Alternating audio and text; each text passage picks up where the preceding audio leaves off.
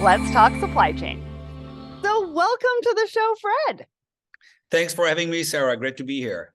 I am so excited to have you here and to learn more about what you are doing in the industry. I mean, there are so many things that we're going to be talking about today. But first, I want to know more about you. I heard that your background is definitely something that we want to dive into because you're working with supply chain leaders. And so, talk to us about what that journey has looked like for you and what led you to working with those supply chain leaders. Sure. Look, I'm an entrepreneur. I'm a tech entrepreneur. I spent the last 25 years of my life starting in Europe and then in the US, building technology that helps large organizations manage their performance. And my career took me across, and mostly for very large, complex enterprises. So career took me across different areas of enterprises, from finance to revenue management and supply chain. So and 25 years building organizations to help big companies manage performance. So prior to building Aera, for the last few years, I built another company called Anaplan in the world of data modeling, and prior to that with SAP and business objects. So that's been my career. Don't ask me why I love it so much. I think I like complex problems, but this has been keeping me, very engaged and excited about going to work every day. So yeah, that's what I do. A lot of really big names that you mentioned there that a lot of people would be very familiar with. Mm-hmm. And I don't know about you, but it just sort of like supply chain just sort of gets into your blood. I mean, it did with me, and it latches on and you just can't let go. Yeah, modeling complex problems. I mean, it's like I feel like I've been trying to resolve a giant puzzle for the last 25 years. I started my career doing, process management, activity-based costing, all those techniques that are basically coming back today. We're still trying to resolve the same problem. And every 5 years, there's a new technology that comes up. We started with, a desktop technology, and then client server, and then three-tier architecture, and then the web came in, and then the cloud came in, and all this technology is allowing us to actually move the envelope. Now, what's interesting is that the complexity of the problems that we have to resolve is also increasing exponentially. So you have this race between, a goal that's kind of moving very fast, and technology that's trying to catch up. So never a dull moment, for sure. And, the knowledge base is changing I think that was 1.5 years, maybe 4 years ago, and it's just getting even quicker. Now, before we find out more about Aera, can you set the scene and talk about the transformation that's happening in the industry right now? I mean, you talked about it being a puzzle. You talked about us really solving some similar challenges than we have in previous years. But you also say that digital transformation is changing everything. So talk to us through that. What are some of those key changes and challenges that are really being faced by today's supply chains? I mean, a conversation that I had earlier today showed, 51% of supply chain professionals are anticipating disruptions in 2023. And so there's a lot that we're going to face as an industry and as professionals really coming up. I think the problem goes beyond supply chain. I think we talk a lot about supply chains these days with COVID and the disruptions that we all know about. I'm not going to go there. Right. But I think if you think about broader picture of an enterprise, right, there's an acceleration of the cycles. Everything is actually faster. Remember 10, 15 years ago, you were doing plans that were yearly plans and quarterly plans, would have monthly updates, and that was it.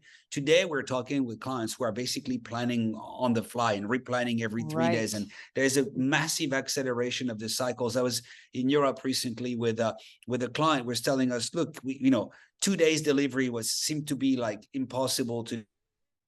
Now we're within 2 hour window in a city like Paris or London. We have to deliver within 2 hours. And where will it stop, right? I mean, you're going to get the goods in front of your doorsteps before you even done pressing order on your computer or on your phone. So there is an acceleration of the cycles. That's one. There is a complexification of the decisions that you have to make. All the decisions that you have to make are multidimensional. They're looking at more complexity, more dimensions. And when you combine these two things, the acceleration of the cycles and the complexity of the decisions themselves, with the fact that the decisions have to be made closer to the point of impact, you create a massive increase in the demand for intelligent, for timely and accurate decisions. And the problem is on the other side, the supply. Take a supply and demand analogy, which we all understand very well. You have an increase in the demand for intelligence, for timely and decisions that are made close to the point of impact. And the supply is basically an organization that has not changed that much. Still a big pyramid sitting on top of a bedrock of transactional system. And our industry has been providing tools for collaboration, for planning, for computations, for modeling.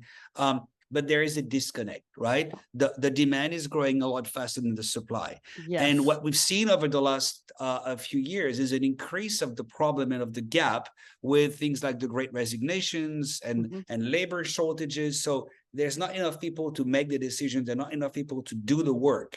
So that's the context in which we're evolving at a macro level. And that's not limited to supply chain, by the way. It applies everywhere, in revenue management, in finance, in all parts of the enterprise. So that's what we're decided to fix a few years back, is like, how can we leverage digital technology to help bridge the gap between supply and demand?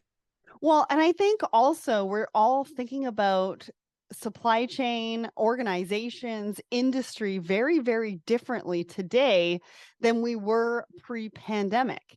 Right. Yeah. We're looking at sourcing very differently. We're looking at supply chains holistically and what it means to our organization, because what's working for one organization isn't necessarily the solution for the other organization. And so why don't you give us an overview of what you're doing at Aera? Like, who are you? What do you do? What's your vision for your customers and for the industry? Because there's so much passion there. You have so much passion for this industry and what you're doing. And so I'd love to just learn a little bit more.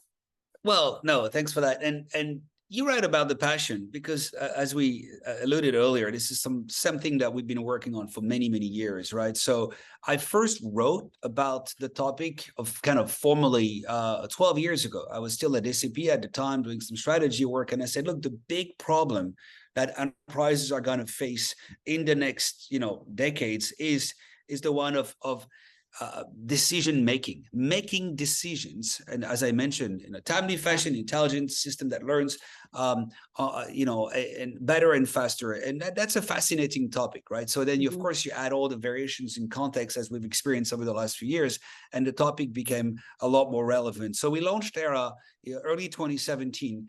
And the vision that we had was very simple. It was the self-driving enterprise. We said, look, we're going to enable the self-driving enterprise, the self-driving supply chain, meaning the automation and the digitization of decision-making processes, and building a technology that would allow the thinking to be connecting to the doing, meaning that you build a digital brain, which is great, but how do you actually make it self-driving and connecting to the nervous system of the enterprise?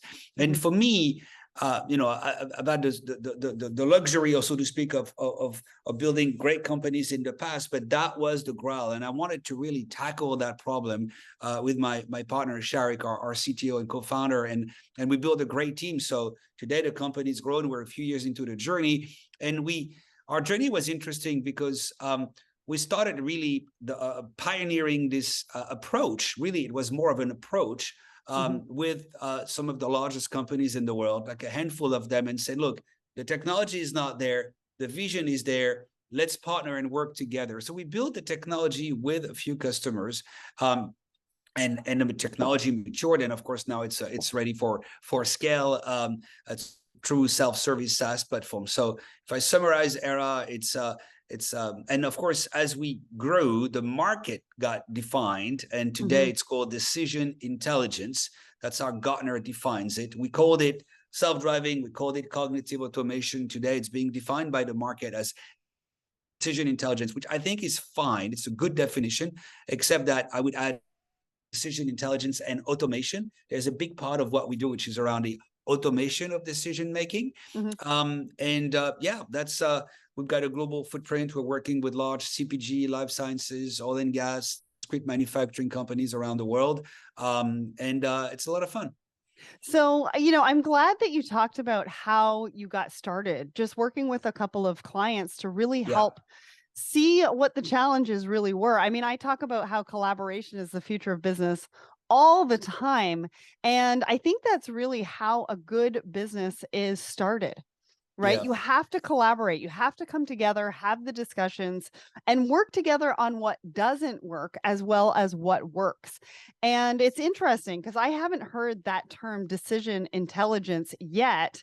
But you mentioned Gartner, and Gartner has recognized it as a top industry trend oh yeah, this year. So if you don't know about this particular word or trend, decision intelligence, then you're really going to have to listen to what we're talking about coming up, yeah. because this is what we're going to be building a picture around. So talk to us about what decision intelligence really is and how does it work? Yeah. I want to come back to your point about the partnership and the collaboration in a minute, because I Yeah. think it's absolutely fundamental. Uh, but decision intelligence is a new practice. Okay, it's the in simple words. Gartner has a pretty advanced definition, as they do. I'm happy to read it for you, but I think it's kind of boring. I'll go straight to the simple stuff. It's Okay. the digitization, automation, and augmentation of decision making. So you take a Mm. decision that you have to make in your job every day. You're optimizing inventory, you're rebalancing stock, you're doing all this, you're routing trucks on the roads, you're making decisions as a business operator on Right. an ongoing basis. You're allocating inventory, you're giving an ATP date to your clients, you're managing your procurement processes. So your planning is a set of decisions that you make. But once your plan is out, then the reality kicks in and you have the execution of these Right. plans. And those require thousands, tens of thousands of decisions, big Hmm. or small, in terms of impact, that has to be made every day. And as I explained earlier, this is the workload that companies cannot cope with. And Mm. the ability to deliver these decisions in an intelligent manner close to the point of impact is what decision intelligence is all about. By digitizing that process, by allowing a computer system to actually deliver the recommendations or go and take the action autonomously, just like you have in a self-driving car, you're Hmm. delegating the fact of the driving to a computer system that analyzes what's happening in the environment, knows how to optimize a specific decision at a point in time, knows how to take the action, accelerate, turn Mm. on the wheel. Well, the same thing applies to the decision that you're making with inventory rebalancing. Hmm. So what Aera has done is we built a technology that allows a non-digital native, a Unilever, an Exxon, all those companies that we've been partnering with over the last few years. So non-digital native companies to not just think digital, Yeah. but not just act digital, but be digital. Yeah. Literally put digital at the center of their decision-making processes.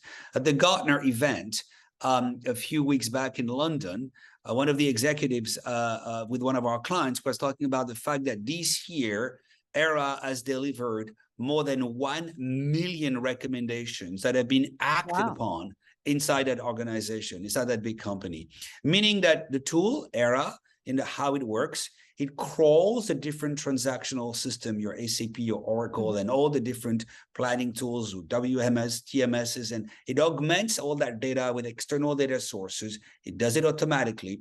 It brings that data into a normalized data model, the data Right. fabric for supply chain, and it applies the intelligence to actually come up with a recommendation. I Hmm. recommend that you transfer that many but that volume of inventory from this place to that place, To from this that DC place. to that DC within the Yeah. next 2 hours in order to avoid something. And that process is Wow. delivered to a business operator in an inbox. Think about it as your Gmail or your inbox, your Outlook. And it says, hey, this is a message from Aera. I recommend that you do that. Do you want to accept? You want to reject? Maybe you want to modify? You want to understand?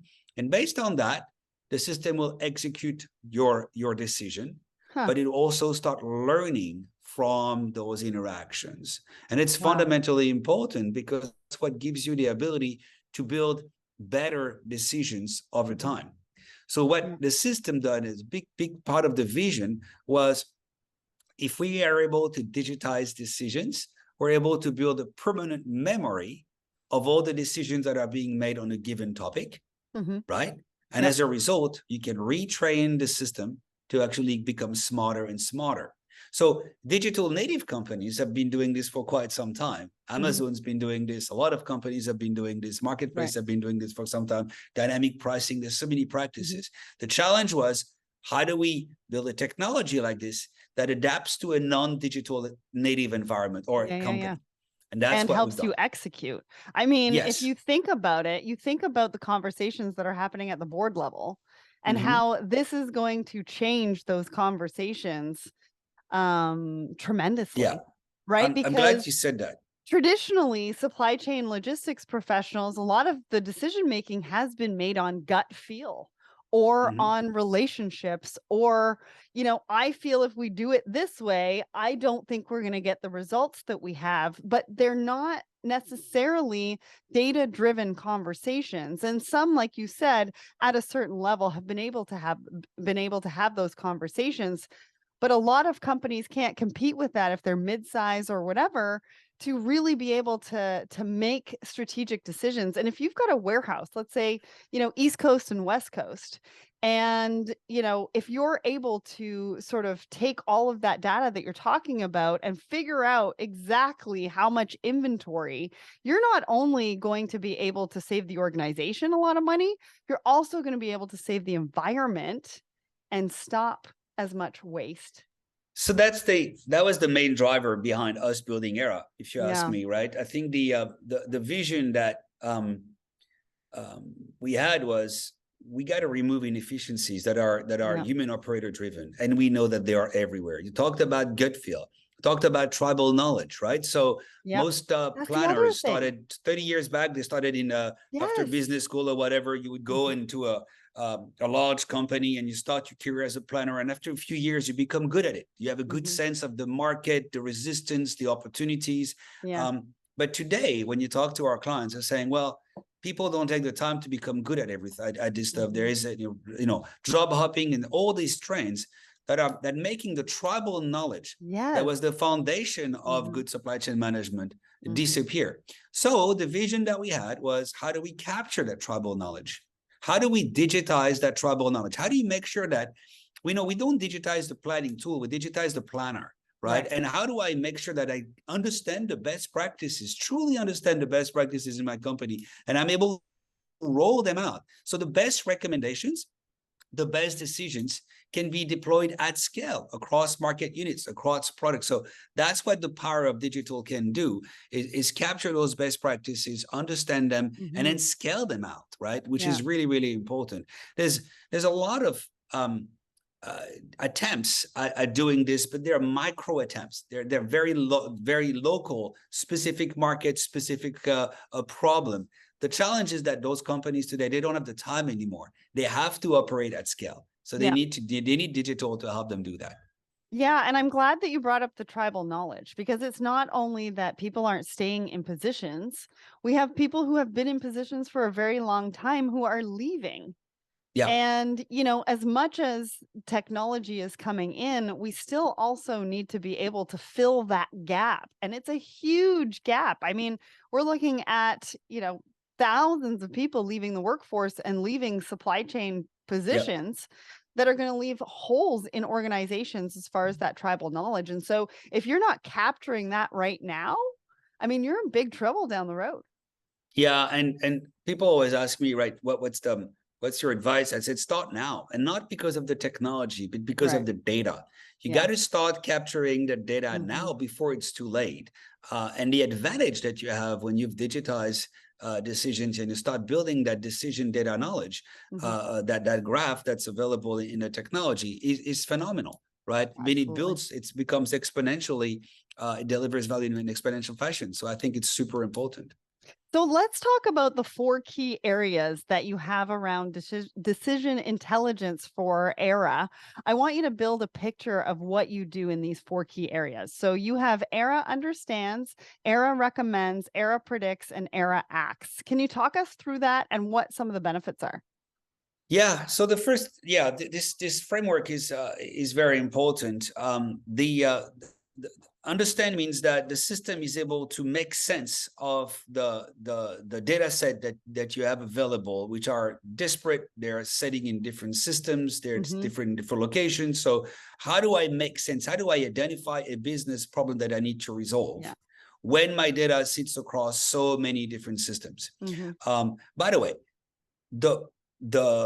some of our clients have already rationalize their number of ERPs down to a handful or 2 or 3 or even 1 instance. The problem remains the same because the data inside an ERP is still siloed. So the reality of, you still there? Yes. Okay, cool. Sorry, the screen just changed. The reality of our clients is that they have a problem with their data, and the first thing that we have to do is bring the data into a normalized data model that Aera understands. We understand the lineage between the different dimensions, and we can make sense of it to tell you, hey, you have an issue here that you need to address within the next 40 minutes or the next 2 days. Otherwise, the impact is X, Y, and Z. I love that. I mean, time frame and impact. I mean, you're only getting started in this part of the conversation, but timing and impact, like give me a time that I have to do this by. And if I don't, like, something's going to explode.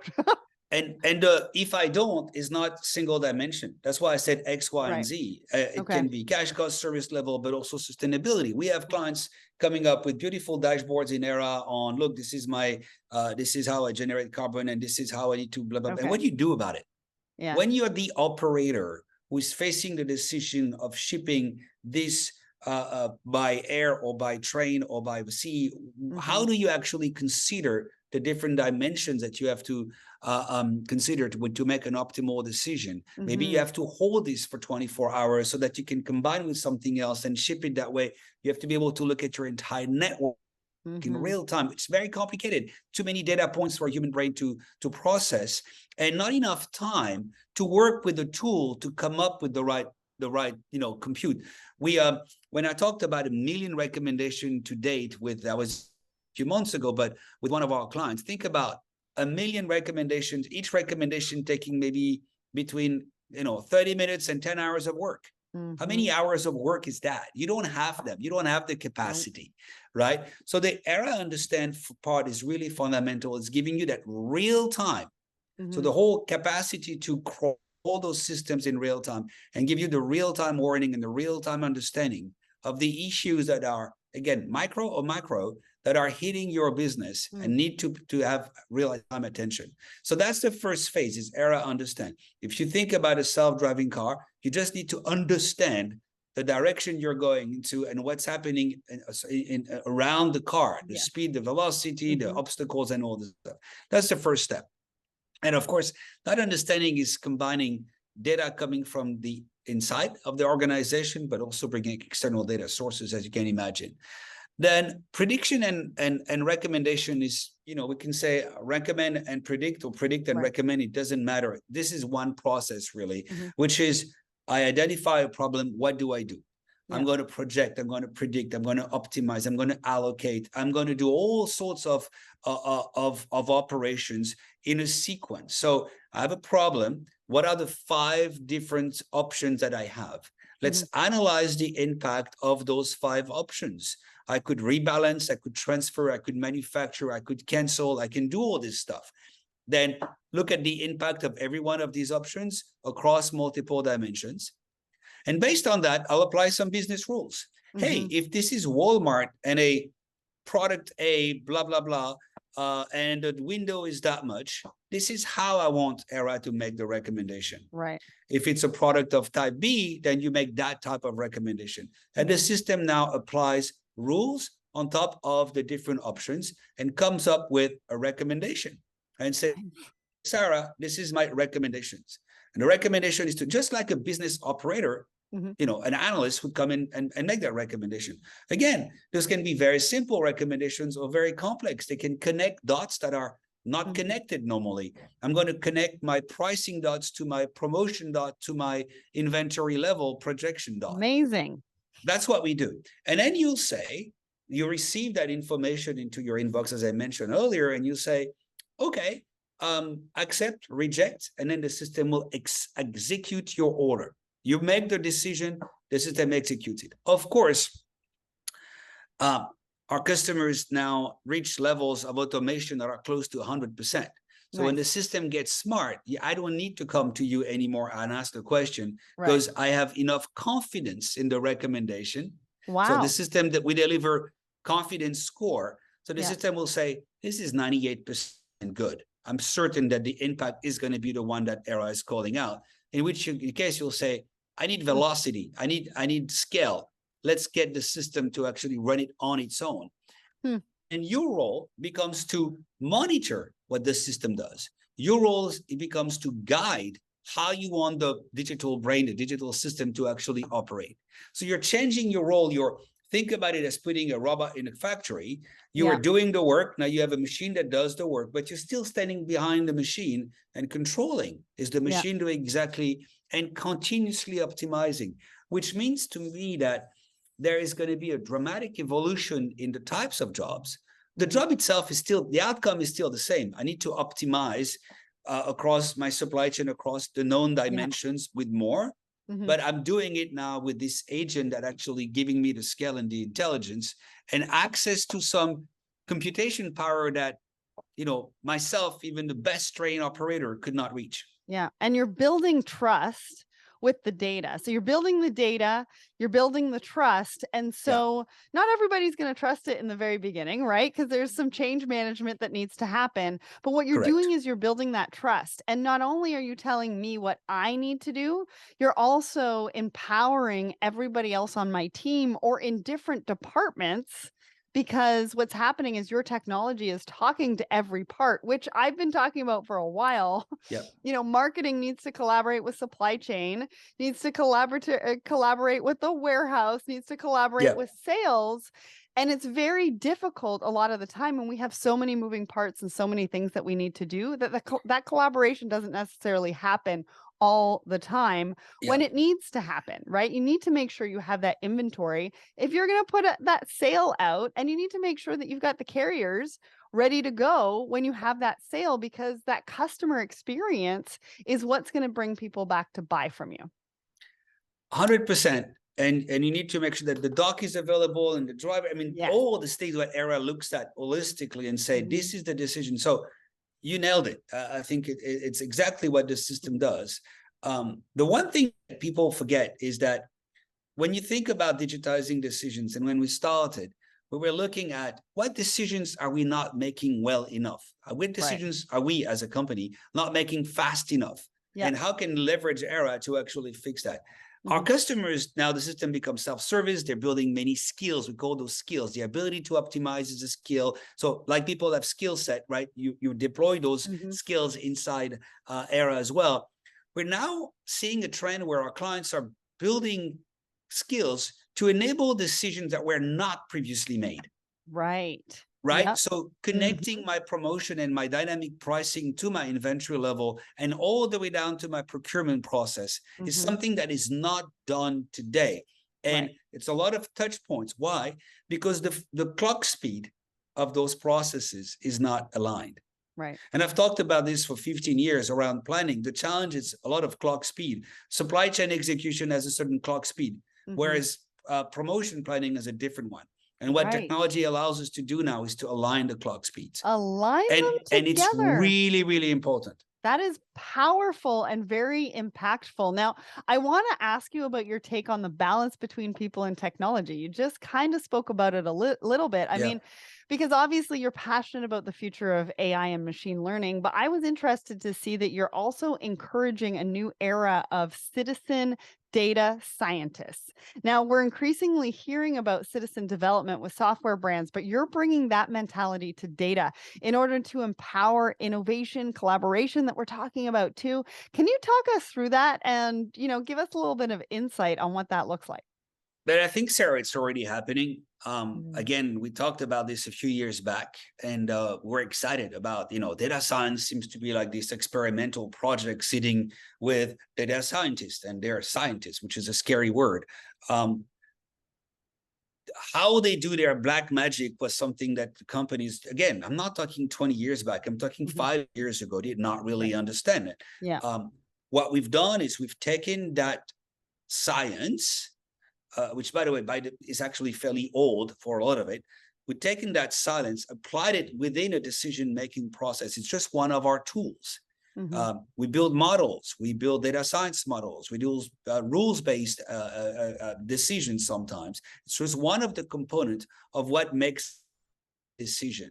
And the operationalization of data science is really the next frontier. Is like making it part of the day-to-day decision-making process, and not this side experiments that struggles to actually impact the business.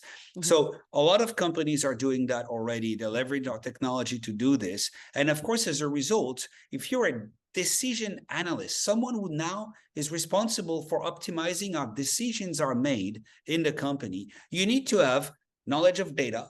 How is the data be building up, and where it's coming from, and what are the issues with it? There's a lot of challenge with data, and we're taking care of a lot of them, but we need people on top of that. At the same time, you need to understand how decisions are made, literally thinking about, how do I optimize this? How do I allocate so understanding that, and then what tools do I have to make this happen? And data science is one of them. So if you're completely illiterate in data science, you're going to struggle.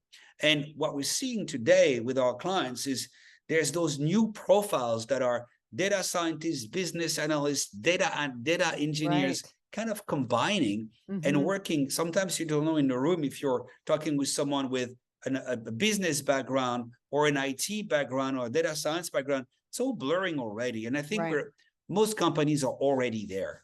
Well, and that's the exciting part, I think, too, is that we can get back to creativity and innovation and strategy, right? Which I think is the best and most fun part of being a professional in any industry. Yeah. And I think that's what we're going to see is a lot of people are going to enjoy that. So if I'm sitting in the audience right now and loving everything that you're saying, because I am really on board with what you guys are doing, I would most likely have some questions around onboarding and questions around whether I'm your ideal client. So walk us through what both of those look like so that I can, figure out if I'm the right customer for you. That's a good question. Ideal client, the one that doesn't ask any question, and no, that's a joke. Is there a certain that size client or doesn't exist. revenue or... No, look. The ideal client is a client that has challenges in its current business operations, right? That realizes all the things we've just talked about, that there's not enough talent to make the decisions that have to be made every day, that there is an erosion in talent, that there is a need to accelerate the decision-making process to remain competitive or to address the challenges of supply chain and customer management and everything that we've talked about. So first is the acknowledgement that there is a problem, and what we're seeing right now, and this is why it's such an exciting time, when we started a few years back, and again, coming from Anaplan and understand SAP and understanding the landscape quite well, we had a lot of very big companies saying, well, we've got this. We got this sorted. We got a data lake coming here. Right. We got a massive investment in this cloud thing. We got data science over there. We got a collaboration platform here. We got a data modeling solution here that connects all the stuff. Well, we're 5 years in the journey, and now they realize, no, there's no connected tissue. There's no such thing such as decision intelligence. And again, back to Gartner, it's important that they continue to define the market and predict because it helps guide. So it really does. We're seeing right now what I called, we were in a push mode. We were working with the pioneers, and now we're crossing the chasm, and we're doing it very fast. Not just us, the market is moving very fast into that decision, and I can feel the pool coming in. So ideal customer is a customer who has a genuine interest in digitizing decisions. How do they get started? That's the interesting question, because is it a long process to get onboarded? So this is the part that gets a little harder to believe, but we've done a ton of work. Again, this is not my first attempt at addressing the core problems that you find with any software implementation. The data problem, the rolling out of a new approach on a global scale. As I said, it's super easy to do local market, set of simple products, experimentation, and call victory and go on stage and say, look what I did. Right. How do you deploy something at scale? Right. across 170 market units and 350 production sites and tens Mhm. of thousands of people are going to have to collaborate with the technology is a very different ballgame. Mhm. So how do you start? You start with one market, you start with one set of products, and you start learning how the system actually works. And that part, connecting to your ERPs, pulling the data, and applying a skill that Aera has already built, or one of our partners has already built, is a matter of weeks. Nice. And when I say weeks, I mean weeks. I don't mean a week, I mean several weeks, but it's between Okay. 4 and 10 weeks. You literally Okay. can be up and running. And I'm talking the largest companies in the world, not a micro scale. Right, right, And then right. that you learn how to digest and start training the system. And then the rolling out will take forever because you Yeah. keep digitizing work and areas that you hadn't digitized before. So we have packaged a lot of technology in and content as well, which is this thing that is a little unique about this new type of software. It's you're combining content, what the brain thinks with the plumbing, with the core technology to enable the thinking process to scale. So it's what we built, and it took us a few years and a massive investment. It's not an easy thing to do. But the goal for me is two things, right? Is reducing time to value. Mhm. We need to be able to, time to value needs to be in a matter of weeks. And Yeah. but it's also, and that's my biggest advice to everybody, is like when a company has not started, their obsession is, and that's not new in our industry, is how do I get to start? How do I get to the go live? Well, to me, the work starts at go live, right? Going to go live is a simple process. Mhm. But with this kind of technology, what you really have to obsess on is the value over time. Right. So time to Yes. value Very and true. value over time. Time to value has to be in a matter of weeks. If we're talking years, forget about it. It's not going to work. People are going to move from one Mhm. job to another. Your project will die. So if you're not within a 4 to 12 weeks window from time to value, you should do something else. But Yeah. then the obsession should be, how can this technology continue to deliver value over time in terms of scale and intelligence? Mhm. And how does the technology allow me to monitor in real time? So the fun thing about this technology and this approach is that every single decision that you make will come with an expected business impact within a Mhm. certain time frame. We talked about this briefly earlier. So think about it, right? A decision systematically attached with that. So you can monitor and measure the value of those recommendations and your decisions in real time. Well, and It's the hard to do, ROI, but it's incredibly powerful. yeah, the ROI is kind of exponential from those even Exactly. the original decisions, right? Because it's constantly learning and helping to create That's even it. better decisions. Now, so walk me through an example. Paint me a picture of how you've helped a customer. What was the challenge that they had? What was I mean, obviously your solution that you used to help them, but what was the ROI and benefit from working with you? There's So many, I'm many sure. different many different Let's areas. pick one. There's one that I will just pick up just to echo what we just talked about, which is the value over time. It's a simple ATP project, right? Is I've got my data that sits within 48 different systems, and I need to be able to. There was a recent article in the Wall Street Journal about this problem with med devices, and I need to be able to deliver and predict the accurately the delivery date for a specific order, and an order can be a very complex bill of material. So that's one of the problems. So we work with the client to actually deliver that initial capability, right? So suddenly you're getting your delivery date, and immediately you start measuring the impact across multiple dimensions. Mhm. But you also measure the drivers that help increase the accuracy of that recommendation over time. Mhm. So very specifically, if I increase the refresh rate of the calculation, so if I refresh my model instead of once a day, every 8 hours, Right. what is the direct impact on the accuracy of the recommendation? Mhm. And the customer push it up to 15 minutes. Hmm. Got to a point where your value over time, you're thinking, man, if I actually refresh every 15 minutes, I increase my accuracy and my Wow. response rate, in a material fashion, which means that my customer satisfaction goes up, my number of Mhm. canceled orders go down, my top line goes up. It's so linear. Yes. But that was very interesting because now you're looking at every single recommendation Mhm. and you look at the factors, the digital factors that drive the accuracy of that recommendation. That's one example that comes to mind because it's all about the time to value, right? But Yeah. also the value over time. You're continuously, honing and improving the way the system works. You're not Yeah. done when the system go live. What Yeah. excites me about this adventure is that we're deploying a technology that's new to enable companies to do things that were not happening before. A Mhm. lot of technology, when you're in my world, you end up replacing an existing tool by a slightly better, faster, Right. widgety tool. Look, Mhm. this one is better because it's faster. This is not the case here with decision intelligence. We're not talking about this is better because it's faster. We say this is better because it allows you to think about problems in a way that you could not think about before. We And talked about, they're going to get better over time. and that's the point. Mhm. It's not, you're not done Yeah. when you go live. And I keep insisting on that because we as a company and with our clients, we work very hard to enable them to go live and make Mhm. it work when it was not defined. But then today it's all about continuous improvement, building skills, Yep. building the self-service capabilities. You talked about trust earlier, making sure that those clients and those users trust the system, which Mhm. means understanding the data sources. Where is the Yep. data coming from? Mhm.